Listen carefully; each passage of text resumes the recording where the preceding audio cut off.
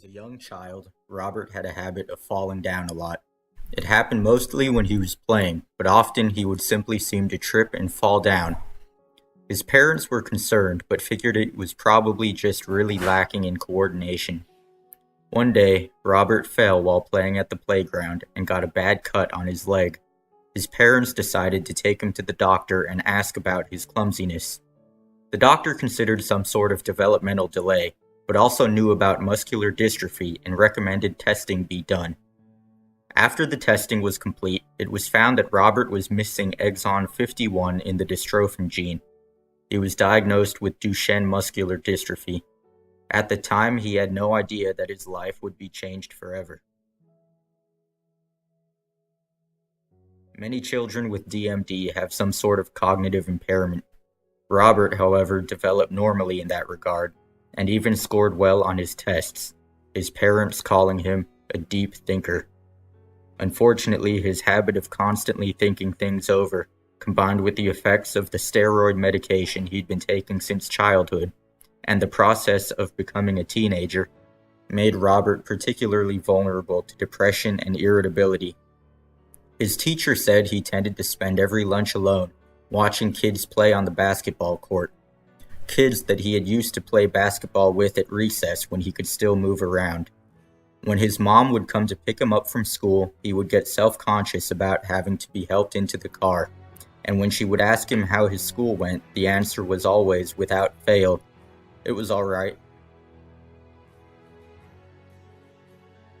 Robert also tended to get angry when it came time to take a shower, because he had to be helped too much by his family. One day, his pent-up emotions culminated in an explosive outburst. His parents were shocked, and his mother burst into tears. Deeply affected by the realization that his son held so much self-loathing stored inside, Robert's father started thinking about what he could do to release some of Robert's inner pain. He did some research and came up with a plan to surprise Robert. His wife took Robert on a week's vacation to visit the grandparents, and he made the excuse that work couldn't let him go. After they left, he put his game face on.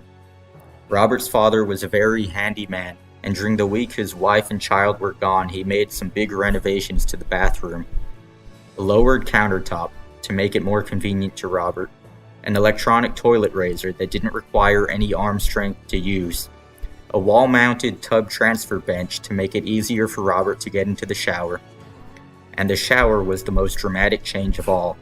A completely remodeled walk-in shower without a raised barrier of entry, with a wall-mounted bench and lowered soap shelf and shower head. It was set up so that almost no lifting of the arms was required, custom fit to Robert's body. In Robert's bedroom, he installed a power-adjustable bed. Just a simple click would allow Robert to sit up out of bed on his own. When his family came back home, they were shocked, and the next morning, Robert was able to get up out of bed on his own, without too much trouble, and without needing his mother or father to come help him. Whereas before, his family had needed to help him with nearly everything in the bathroom, now Robert could mostly get cleaned up on his own. After that, Robert showed a remarkable improvement in mood and overall contentment. A tiny bit of independence goes a long way. So while there's still no cure for DMD, there are ways of alleviating the mental stress that builds up as a result of not being able to do things for oneself.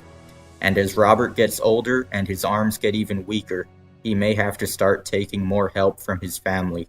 But the changes his father made to their home allowed him to gain years of confidence in himself, as a result of just a bit of independence.